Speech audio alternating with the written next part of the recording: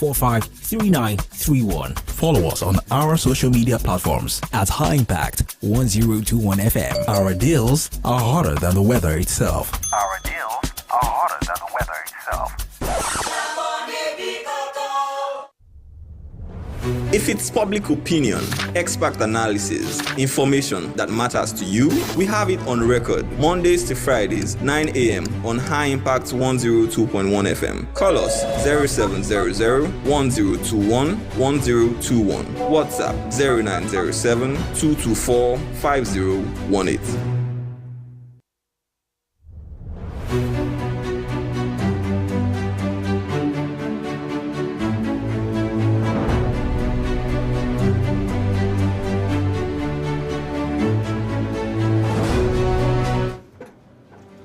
A very good morning to you, Lagosians. A very good morning to you, Nigerians.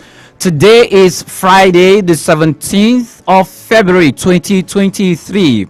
Welcome to On Record. My name is Oyinpriye Krumale.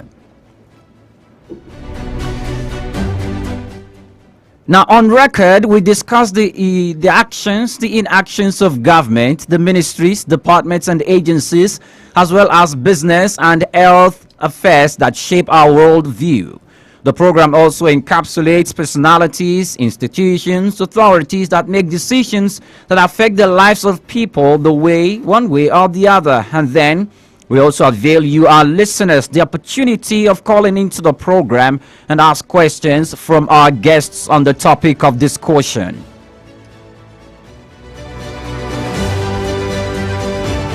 On record. Every word matters. Now, institutional weaknesses has been widely documented by scholars and policy analysts, policymakers, as a notable problem in sub-Saharan Africa, Nigeria inclusive. The weaknesses of African institutions has become a significant issue, and primarily because the difficulty of realizing the benefits of development programs and projects, especially for those funded by government for the benefit of society. In order for African countries and indeed Nigeria to succeed in the development process, appropriate institutions based on democratic values need to be established in their countries that will contribute to the development and improved governance. Well, the rule of law is one of those instruments that regulates and establish these institutions that were supposed to be used as tools, as instruments by the governing authorities to make sure that the society is in the right way. Now, confusion has since been the order of the day since the first deadline issued by the Central Bank of Nigeria on the validity of the old Naira notes. The buying and selling of goods and services have become difficult as a result of the absence of the redesigned Naira notes that is not in circulation. The purpose of this redesign was for good intentions, according to the governor of the Central Bank of Nigeria, Gordon Emefiele, as it is to curb illicit financial flows, reduce money laundering, and to make worthless stashes of high denominations of the Naira that many politicians, kidnappers, and public officers have accumulated through corrupt means and other illicit activities, as well as reducing the number of the unbanked population, though it is breeding untold hardship on Nigerians. Some weeks ago, the governors of Kaduna, Kogi, and Zamfara State filed a suit challenging the propriety of the Naira swap policy of the federal government. The Supreme Court last Wednesday said its February 8 order barring the federal government and its agencies from enforcing the February 10 deadline for the use of the old 200 Naira notes, 500 Naira, and 1,000 Naira notes still stands. The Supreme Court further fixed February 22nd for the hearing of the suit filed by Kaduna, Kogi, and Zamfara states, challenging the propriety of the Naira swap policy of the federal government, stating that the old Naira notes and the new notes should coexist until that date. Now, as a result of some of the issues and the development of this particular story and how we are having clashes of institutions, the Supreme Court, which is the judicial organ of government, the executive organ of government, which is the head of the executive, which is the president, and of course an agency of the executive organ, the Central Bank of Nigeria, there is need for us to clarify some issues regarding the Naira swap policy. And my guest this morning is a legal practitioner. He will be pointing out some of the perspectives that Nigerians need to know, and how everyone out there needs to be abreast and be informed of the legal perspective so that we can know how to conduct ourselves, because there have been many questions coming from the public. The Supreme Court is giving a pronouncement. The federal government is giving its own pronouncement. Governors at the state of the level are giving their own pronouncement concerning this new Naira notes, and Nigerians are somewhat confused on the path to go. My guest today is a lawyer, like I said, and his name is Evans Ofeli. Good morning and welcome to On Record. Good morning, thank you. Okay, let's quickly go on a break, and when we return, our conversation with our guest continues. It's On Record, where every word matters. Do stay with us.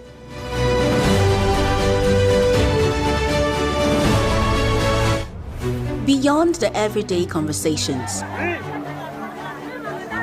away from the noise and rumors, despite the trends, every word counts, and it stays on record.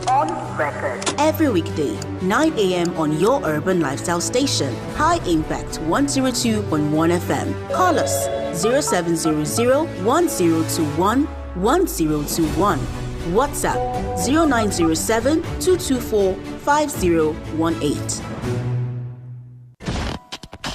Put a touch of class and finesse on your brand by advertising with us at High Impact 1021 FM. For more information, call 0706 393 5694, 0915 958 1881, or 0902 745 3931. follow us on our social media platforms at High Impact 1021 FM. Our deals are hotter than the weather itself. Our deals are hotter than the weather itself. On record. Every word matters.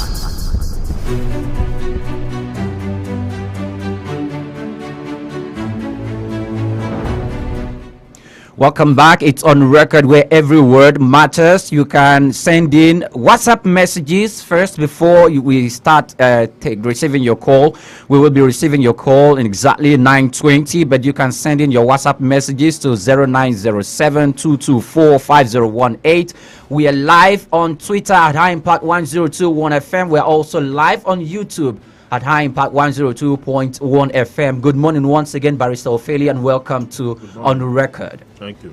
Now, there's you heard the introduction that I made, and Yes. I'm very aware that you are informed of this particular issue with the Naira swap policy. But let's start with the definition of the rule of law and see where it comes in, most especially since we are talking about this controversy and this confusion out there about the Naira policy. Well, the rule of law is the vehicle upon which society is controlled. What it means is that law is the highest reasoning embedded by nature, which permits what should be done and forbids the contrary. That the human society must be regulated by law as against the wild, where it is a regulation by might, the strongest and the biggest take the day. But for a civil society where civilized human beings habit, law is critical, and when laws are made, they are supposed to be obeyed. When they become obsolete, they are subjected to review, and reenactments. And where there are gaps, you require review and infilling of the laws. So that is the establishment. Governance, on the other hand, the concept through which people and the economy of the country is managed, and such that, just like the law says in section 14.2 of the 1999 Constitution, it is hereby accordingly declared that sovereignty belongs to the people, through which government derive her legitimacy, that the security and welfare of the people shall be the primary purpose of government. Okay, so the primary purpose of government is the security and welfare of the people. And that is what governance means. Okay. It simply means the security and welfare of the people. So whatever derogates on the security and welfare of the people is anti-governance. So what if you bring it down home in Nigeria, how much of this do we have in concept? That does our government have in concept that the essence of their emergence, what gives their offices and policy legitimacy, Yes. is the security and welfare of the people. So if you have a policy, if you have a style of governance that does not guarantee the security and welfare of the people, it means it's a failed policy, it's a failed system of governance. Now, if you have a government too that does not obey law, okay, the rule of law is secondary to that government, it means the government has failed also. So when you hold these two, we have to hold these two concepts as we approach the text and the subject matter this morning. Yes. That governance and the rule of law supersedes everything. That is why the Constitution says, for the first chapter of the Constitution, section 1, subsection 1, this Constitution is supreme, and its provision shall have a binding force on all persons and authority throughout the Federal Republic of Nigeria. Section 1, subsection 3 says, if any law is inconsistent with this constitution shall prevail, and that other law, to the extent of its inconsistency, shall be void. So the principle laid down here is that the rule of law is tied to governance, and governance is simply the security, enhancing the security and welfare of the people. Okay. Now let's, within the confines of the rule of law, let's look at instances where the executive organ of government that is responsible for implementing the laws that were enacted by Parliament, Yes. and when controversy arrives, it is taken to the judiciary, Yes. and when the judiciary gives a verdict or a pronouncement, that becomes what obtains. Yes. And even when it looks as if judiciary is just saddled with the constitutional responsibility of intervening among warring parties, it makes law indirectly, Yes. through the use of precedents. Yes. Why is that? Why do we see that very, very impossible in Nigeria? Well, the way we govern in Nigeria, we have a long history of military rule. Okay. Also, we have persons who have been head of states, Okay. in the military era, who are now Democrats in quotes, Okay. but who still have the trappings or the proclivities of that military style, and it's part of the problem we have here, because there is what they call separation of power, Yes. which you have defined technically. Okay, when there is a dispute, there's a dispute already between the states and the federal government. Yes. Okay. I've heard people say, no, that the CBN was not joining the suit. The CBN need not be joining this suit because the CBN is an agent of the federal government. And in law, you don't sue an agent and a principal at the same time in the suit. So that a lot of people have been saying that it is clear. Section 20 of the CBN Act empowers the CBN to, redesign the Naira and manage the affairs, and not just manage, but manage it for Nigerians. It's not enough to just have a policy to manage. You are managing it for people, okay? Now, the issue here is the policy is out there. The policy has generated a dispute. Now, disputants are in court, okay? Now, the process was filed with an ex parte motion. What an ex parte motion is, you are asking the court through a motion, so, okay, please make a pronouncement to stay the rest. Okay. What is the rest? If, for example, you have a building and someone else is taking over the building, about to destroy it, you rush to court to get an order. Okay, you file your suit, everything, but you file another application to ask the court to make a pronouncement first, restraining them before the substantive suit is heard. Okay. Otherwise, the rest would have been destroyed before the substantive suit is heard. That's exactly what happened here.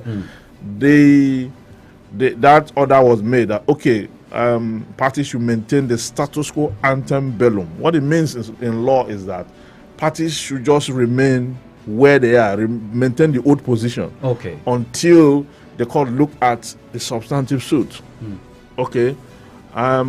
Just few days to, I mean, the federal government made a broadcast yesterday. The president made a broadcast yesterday to the nation.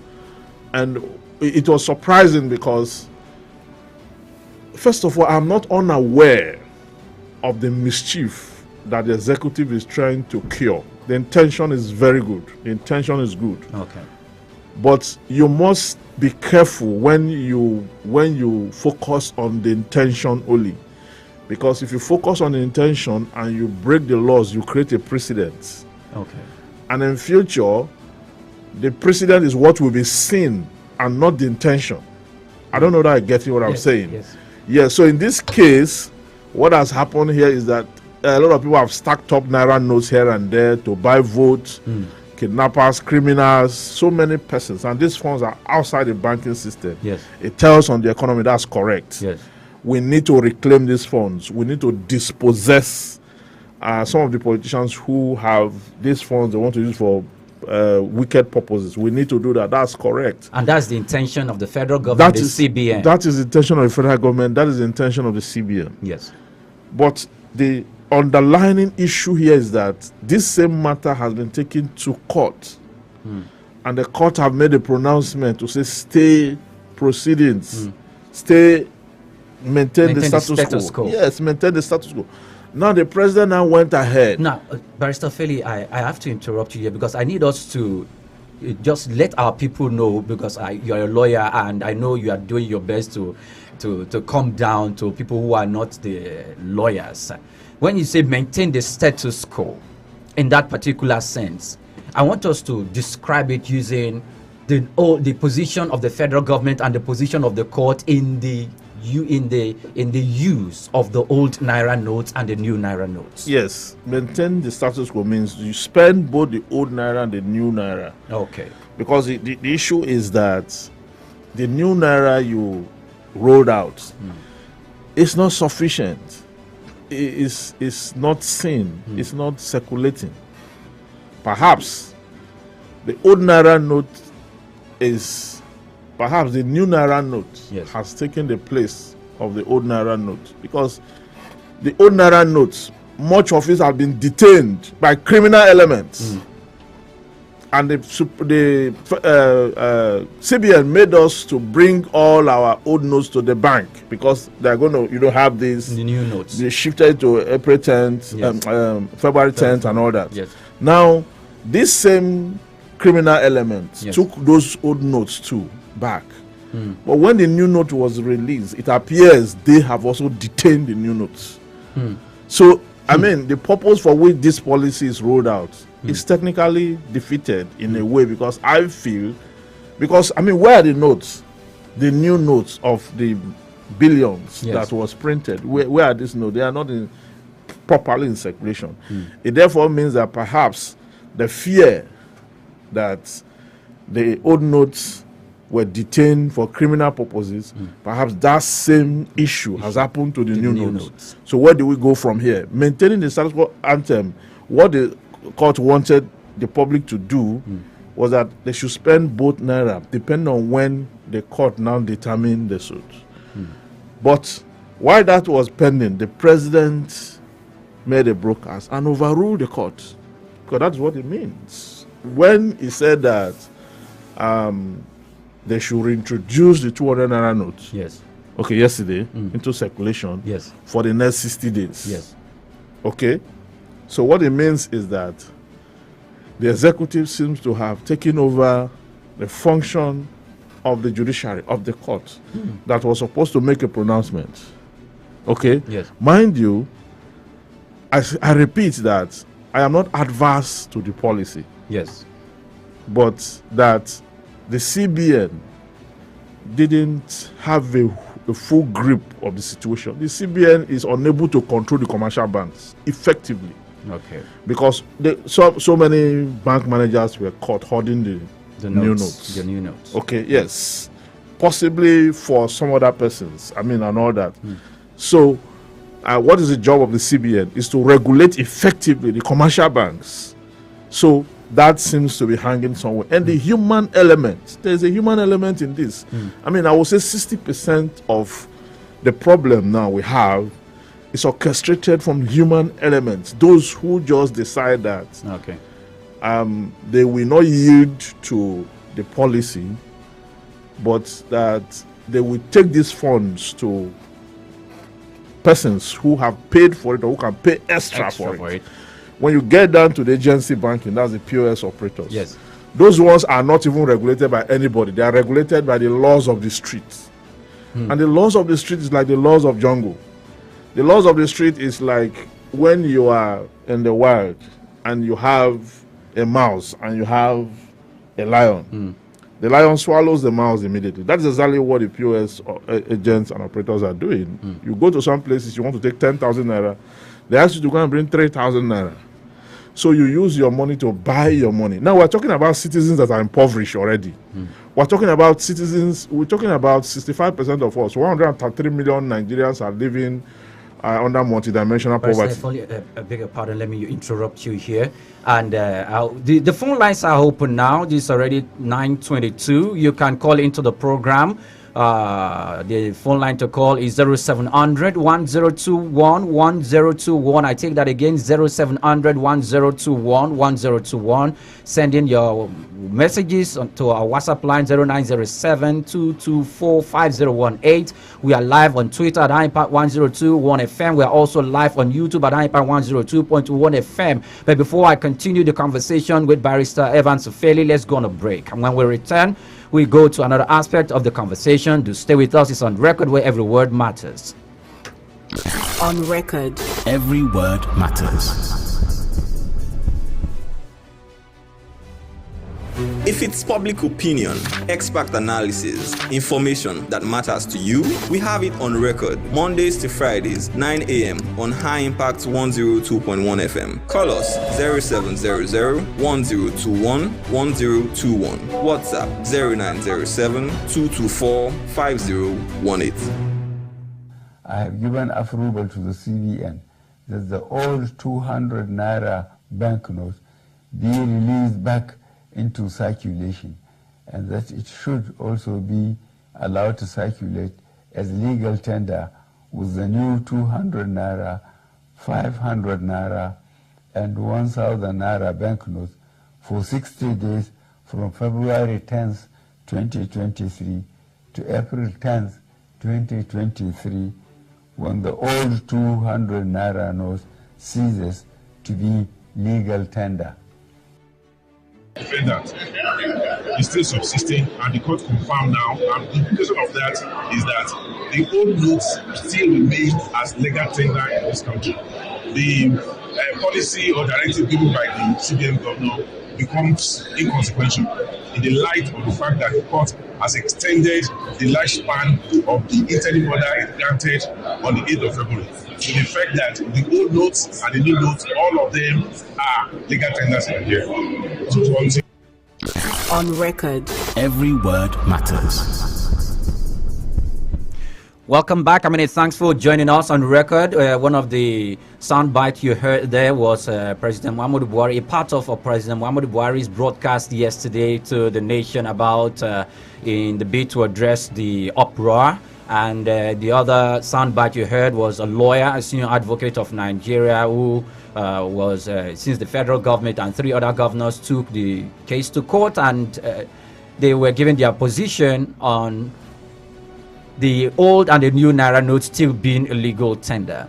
Now, Barrister Ofeli, before we went on that break, I think you paint the perspective of the senior advocate of Nigeria and why it should be the old naira and the new naira note should function because of the both parties maintaining the status quo antebellum. Now, moving forward, on the part of Nigerians, one thing I've noticed about Nigerians in this season is they pay keen attention to news.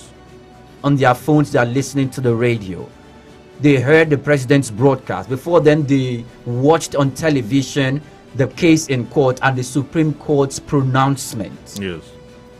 But still, in this case, Nigerians went with the president's directive. Now, I am not saying they should go against it, but the thing is, weighing the position of the Supreme Court and the pronouncement it made and the pronouncement that the president made, they prefer to go with that of the president. Why do you think they take that action? Because it is telling on the economy out there. Well, ours is not a literate society. We have over 60%. It's an illiterate society. Nigeria is an illiterate society. You have to put it people right. will beg to differ with that. They can go to court if they like, but that's the truth.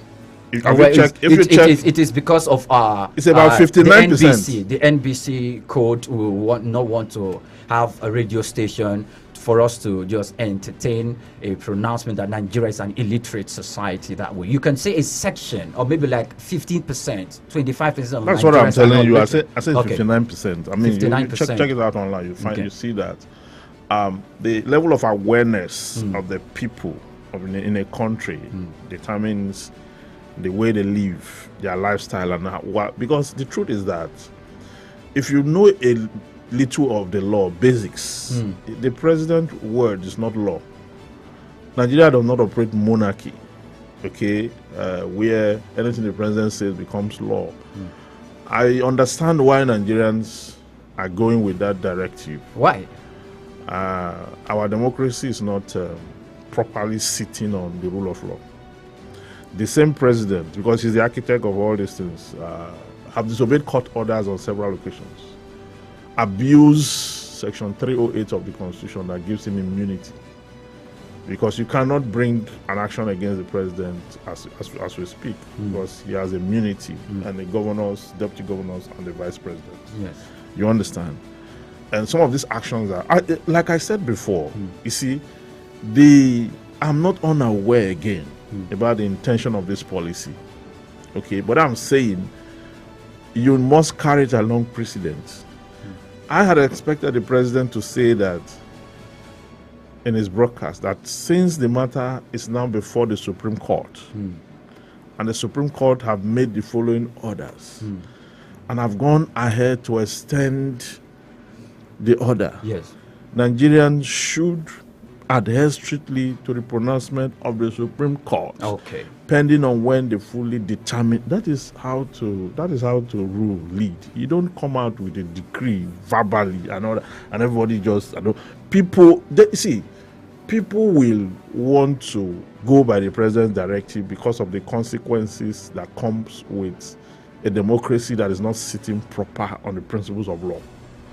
That is exactly what is happening. Okay. But legally speaking, in the eyes of the law, the 1,000 naira, the 500 naira, yes, they are still legal tenders in the eyes of the law. Now, what society makes of it is a different issue entirely. Okay, Professor Chidi Odinkalu is a senior advocate of Nigeria and a very sound professor in that particular case, said the president in his broadcast didn't actually contravene the position of the Supreme Court, that the president has within his own capacity, within in his own authority and power to make such pronouncements, but that people and even legal practitioners, even like yourself, said his pronouncement were contrary to that of the Supreme Court, were to overrule the Supreme Court, but that was not in intention and it should not be perceived that way.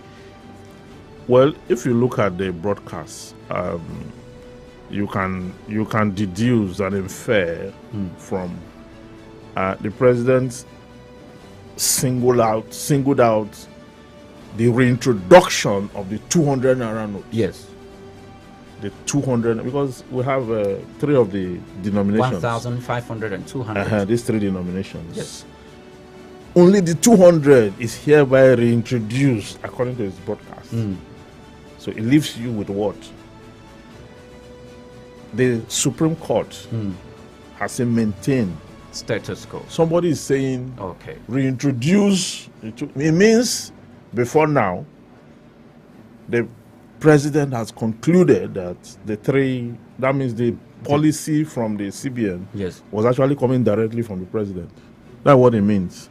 Because the CBN has consistently said, okay, from 10th of February, Yes. you have no more. But the CBN will not tell you that from 10th of February, this denomination will no longer be in circulation. They won't tell you that we have also printed more of the. They keep making press conferences and issuing notes of finality without really speaking to the public of the effort they are making to ensure that you are governing people. The truth is this: the president broadcasts, as I see it, it's like taking a poisonous leaf to a purification feast, because already there is tension, and people expect that, okay, because even the government hasn't done well in providing the new notes. If we have the new notes, what are we doing with the old one? We don't need the old one. You don't have it. You cannot transfer effectively. You don't have it in circulation. So what should people do? You are just on the fact that, okay, the policy is a good policy. We agree. I agree 100% that in fact, that the policy have been able to castrate some persons. Yes. Is a game changer for me. That's why I keep saying, when I make analysis on this issue, I'm neither here nor there. The reason is because the policy is fantastic, but the policy must be backed up by provision that will enable a smooth transition. You are not forcing the old Naira note out. What they are doing now is forcing. You are supposed to phase it out by procedures, by making allowance, flexible and allowance, so that the economy is not overheated. The security and welfare of the people shall be the primary purpose of government. That's the law. What gives this government legitimacy is the security and welfare of the people. The welfare of the people is tied to this currency. It's tied to the currency. Their security is tied to the currency. So if you cannot guarantee that, it means you are failing in governance. That's what it means. Okay. Now, I am grateful for the fact that you look at the intentions of the policy and you agree with the position of the CBN and the government. Let's look at the position of the subnational governments and in their bid, the contending with the position of the government. If you look at the statement of the governor of Kaduna State, Malam Nasir El-Rufai, he admonished Kaduna indigents, or the people in Kaduna State, to go ahead and spend the old currency, that it is still a legal tender. The Supreme Court has given its own pronunciation. The president gave his own national broadcast. There was a time even the Lagos state government made that statement, but he retracted later. And some other states too in the north. And they've been joining parties, the APC government. In fact, there are most of the governors from the APC.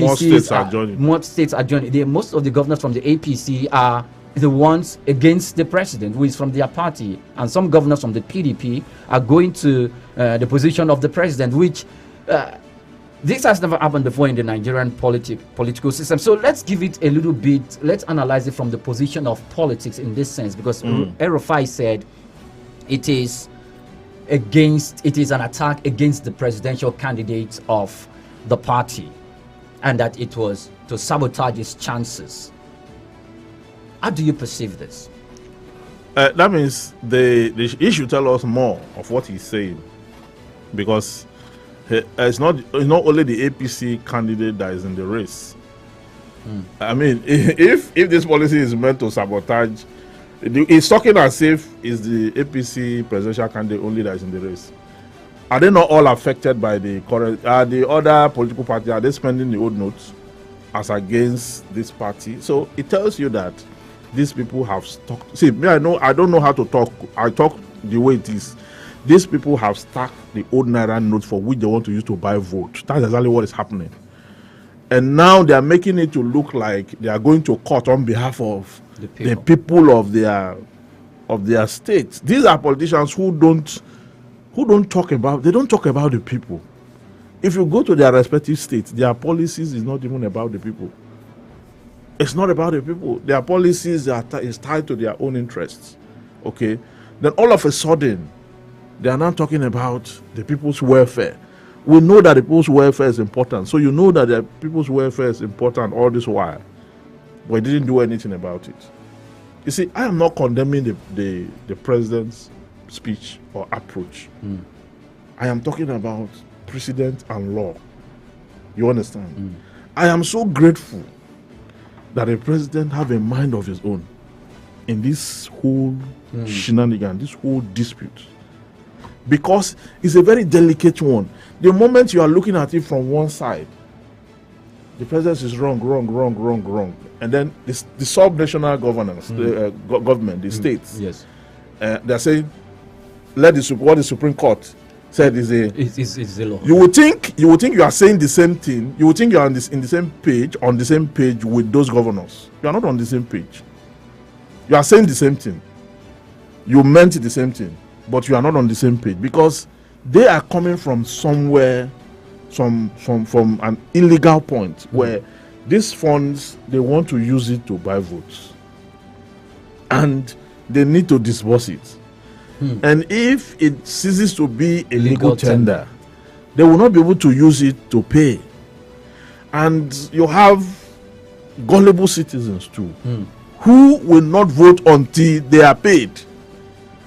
That is why we make this campaign, other than voting for this party or that party or that party. Don't collect money to exercise your civic responsibility. It comes with curses. You are supposed to be neutral minded. You are supposed to come to the polls and do the right thing, exercise your franchise. You don't need to be paid to do that, because once you are paid, you are settled. You have no moral justification thereafter to ask to hold the government to account, because you have been, first of all, you have distorted your chances and all that. Yeah. Okay. Now the lines to call 0700 1021 1021. WhatsApp message line 0907 224 5018. Barrister Ophiili, why is the legislative arm of government so silent in this case? Well, they are silent when they are supposed to oversight what is going on. Before now, they have invited the CBN twice. Yes. The House of Rep, the upper house and the lower house invited the CBN. That is when we got to know that, at the first invite, we got to know that the person who represented CBN there, because the CBN governor was away there. Yes. He was being chased by the DSS or something. Yes, I can't remember. Yes. So the lady who represented the CBN, when she was asked how much of the new note would they print, she didn't know. She said she has to check. She doesn't want to give a wrong figure. Okay, that is when we sense that there's going to be problems. Okay, and eventually the CBN governor appeared. Okay, and they did their part. Okay, but what I don't seem to understand is why the CBN till now have not been able to unbundle this whole thing. There was 3 months. Yes. Extension of another 10 days. We are still trapped. As we speak now, people are protesting. Yes. And I want to call on Nigerians who are protesting because of this to stop. Because it is not necessary. Because by the time they go outside and protest, they keep destroying properties. Yes. First of all, you don't even have money to feed. And now you are going outside destroying properties that are capital intensive. So what becomes of the citizen? It's still going to affect us further. Some persons will be arrested. Some persons will be prosecuted. And stray bullets will hit some persons. Yes. So you see, it's a sensitive issue. That is why I said the CBN ought not to have allowed this thing to escalate to this point. They should be able to manage the commercial banks.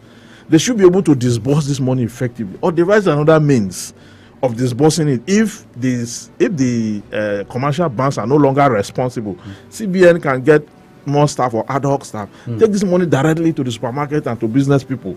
Oh. Yes, they should have done that. What they are doing now is what they should have done earlier. They said that people should bring the old note now. Direct to CBN. Because before, CBN felt that the commercial banks are loyal. The commercial banks are not loyal to CBN.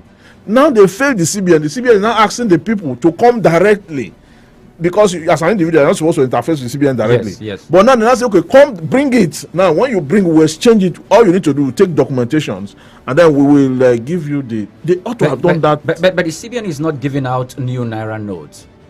They only take in the old Naira notes. So, what about in the situation where we are supposed to have the CBN staff physically present in the commercial banks to monitor the disbursement of the new notes to customers? That is quality control. That wasn't done.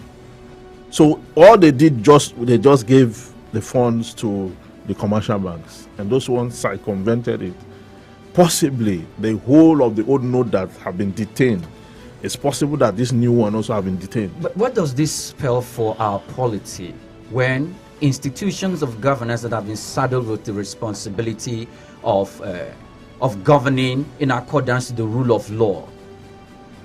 Because the subnational governments, the state governors will tell you they are going with the direction of the Supreme Court. Yes. And they will perceive the executive arm of government, they've already started tagging his actions executive rascality. What does this portray for Nigeria?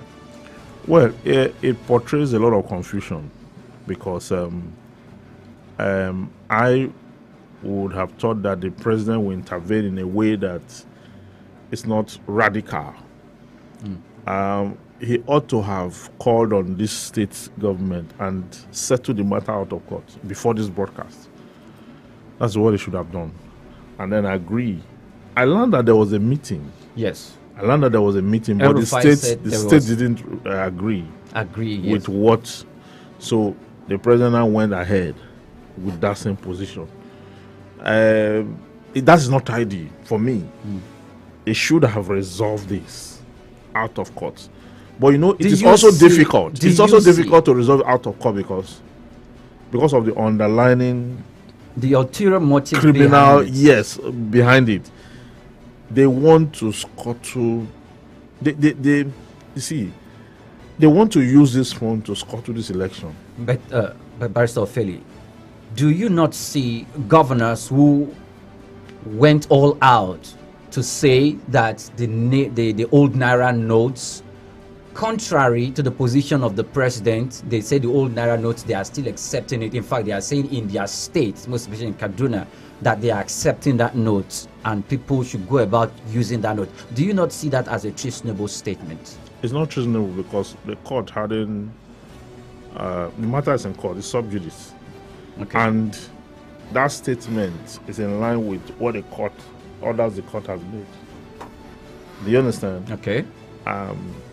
You cannot call it treason because it is not an illegal statement that is being made.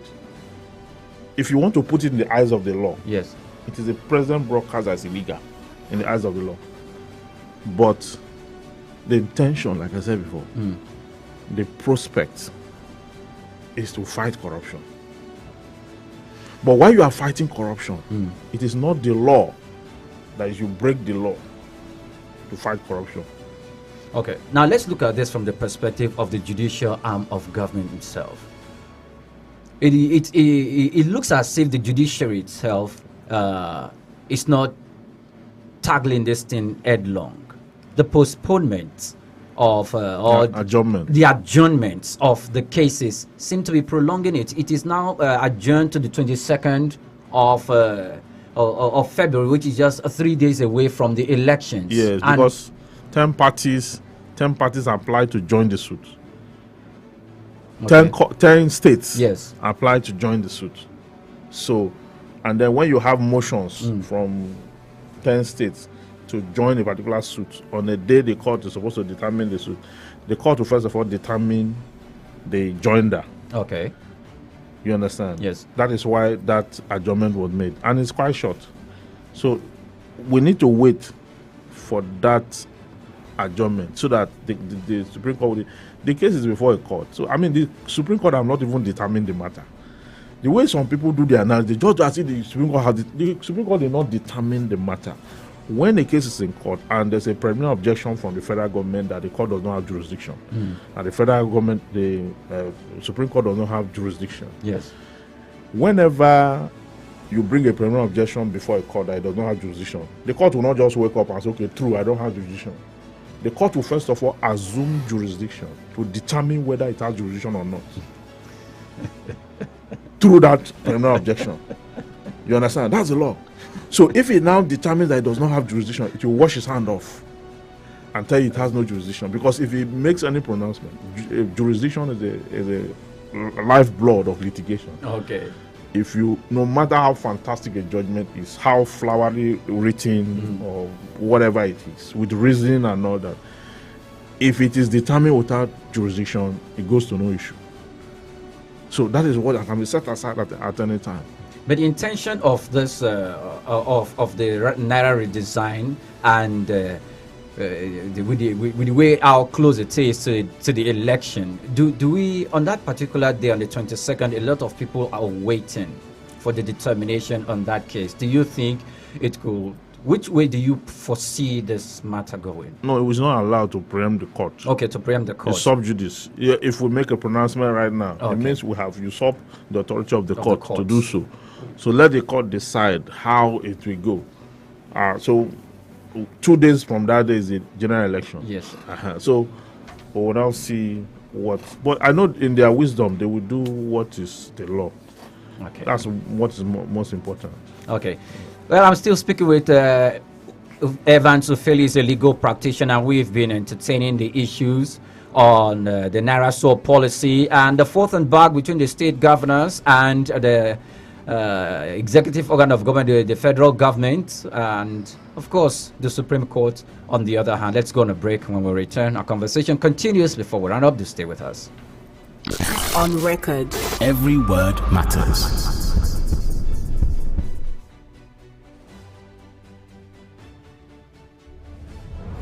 Beyond the everyday conversations, away from the noise and rumors, despite the trends, every word counts and it stays on record. On record. Every weekday, 9 a.m. on your urban lifestyle station, High Impact 102.1 FM. Call us 0700 1021 1021. WhatsApp 0907 224 5018.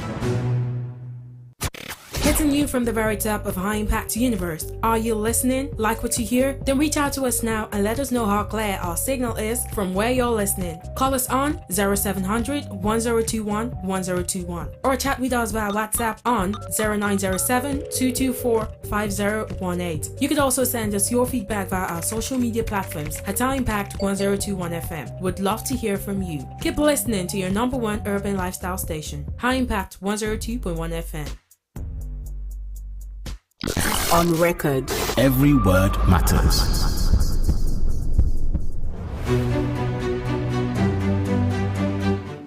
Welcome back. Many thanks for joining us. I've been having a conversation on the new Naira SOAP policy with Evans Ofeli, a legal practitioner, and we've been weighing the role of the court, the executive organ of government, and the subnational governors. And Barrister Ofeli, if people were obeying, because some persons were out there who understand the position of the Supreme Court and that the position of the Supreme Court, whether it's a pronouncement or the verdict, it's law on itself, went out to continue spending the 1,000 naira and the 500 naira notes, but they got rejected. Even in institutions that knows the law, rejected, including the banks, they are rejecting it. So when faced with issues like this, what position do you think such persons should take? Well, when you are faced with such position, you are supposed to abide by the law. You need to let them know. In Nigeria, it's a complicated thing. Okay, it's a complicated thing because some persons, even before the redesign, yes, when you go to some places with the notes, maybe if the note is old, rough, or torn, they will reject it in our society. So we already have that underlying bias to want to reject, to put people into frustration, and it's wrong. It's a legal tender, not printed by any individual, by an institution, backed up with law, by law. So if the Supreme Court had made a pronouncement that parties should maintain position, and we're supposed to be spending the money. But it goes to the root of our education, our awareness. Check in the United States of America, where Trump came up with some policy, some very radical policy at that time. Yes. And the Supreme Court said, no, you cannot. It was turned down. Okay? You can't do this, you can't do that. By law. Yes. And the people of the United States, they followed the law. You are supposed to follow the law. That's the truth. No matter how beautiful the intention is you're supposed to go by law until the laws are amended. You don't go against it. If the laws are not amended, you are doing another thing contrary to it, it's wrong. Okay, Barrister Ofili, during in the course of our conversation, you made an announcement earlier to those whose intention to protest, because in Ikorodu we got reports from there that there is serious unrest. In Ketu right now, too. Yes, serious unrest. In fact, Mile 12 and some other places, there are serious unrest there.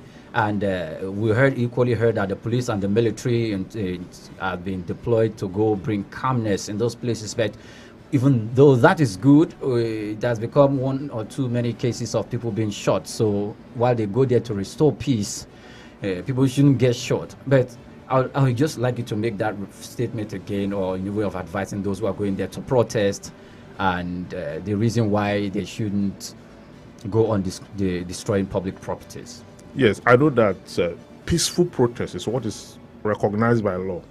Because a lot of people think that the way some people also analyze issues, protest is part of democracy. No, peaceful protest, that is what. But people go around burning properties, destroying people. That is criminality. That is arson. And if you are arrested, you will be prosecuted. And in this case, let me say, in this particular moment, even the peaceful protest, please just stay away from it. That's what I think. The reason I'm saying that is because there are persons who want to cash on protests, to steal, to loot. Remember the NSAS, the way it ended, and some other protests we had in the past that will start peacefully, some other persons will come and hijack it. So let's not, we can do our peaceful protests by writing on the social media, making our voice heard. We mustn't be on the street because of the likelihood of criminals who will cash on it and start to steal. A lot of persons want to steal. They are just looking for an opportunity and a justification. So if you go out there and start to make problem, you are opening the vista for that. You are giving them a platform to come and take over whatever your intentions are and use it to steal from people. It is not the government that will suffer. It's the same, the masses. That it's going to be a hit on the masses. So I think we should stay away from it. On the 23rd, the Supreme Court will make its own. I believe there's going to be a harmonization somewhere. Either between now and 23rd, they may decide to settle out of court, or they may have a conversation or a meeting or something. But I know we are not at war with the CBN or the federal government. No. We want Nigeria to develop. In fact, if not that we're not having if not for the scarcity, yes, no Nigerian is ready to go out there and protest because of this. Because it's for their good, is to change the political structure and the system. Let it be on merit. There should be no influence in the exercise of our franchise, external, internal influences. There should be none of. Let us vote and see a reflection of what, our votes. And so that if it goes well, we'll thank us. If it goes the other way, fine. We know that we did this ourselves, and that's exactly what should be done. So stay away from protests or stay away from crisis. Thank you so much, Barrister Evans Ofili, for your presence here on record. And thank you to our listeners as well. My name is Oyinpriye Krumale. This is where we draw the curtain on records. And I'm glad it's Friday. See you again by God's grace next week. Hopefully, all the tensions would have calmed down. Do have yourself a beautiful weekend. On record. Every word matters.